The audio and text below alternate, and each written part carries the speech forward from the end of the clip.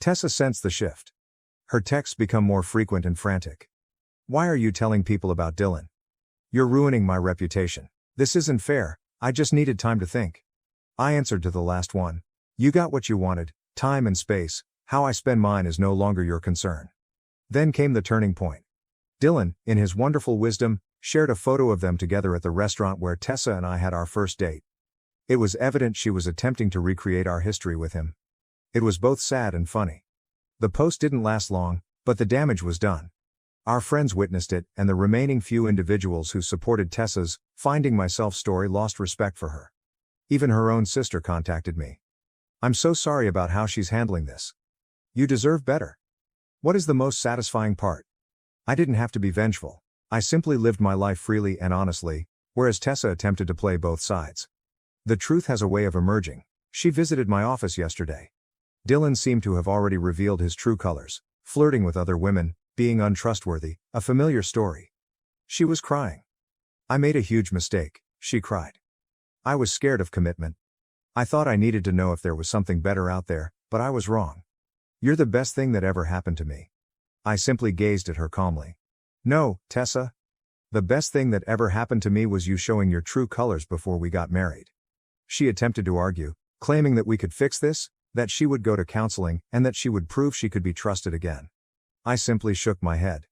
You don't get it, do you? This isn't about Dylan anymore. This is about you thinking you could keep me as a backup while you explore your options. That's not love, that's convenience. She left my office distraught, but I felt better than ever.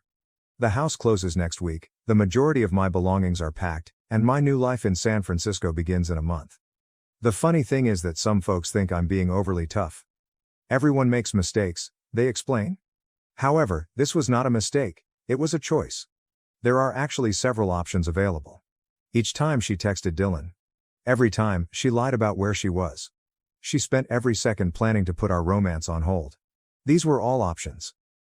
I'll provide another update once the move is complete. For the time being, I'll leave you with this. Sometimes the best revenge isn't getting even, but rather getting better. And this is exactly what I'm doing. Next update. Update 3. Thank you for following my journey. This will be my final update, and I have some interesting developments to report. San Francisco is everything I imagined it would be. My new apartment has a stunning view of the bay, and the tech scene here is fantastic. My new office team is fantastic. It's refreshing to be around people who prioritize growth and innovation over drama. But first, let me catch you up on how things ended back home. The closing went smoothly, and the house actually sold for more than the asking price.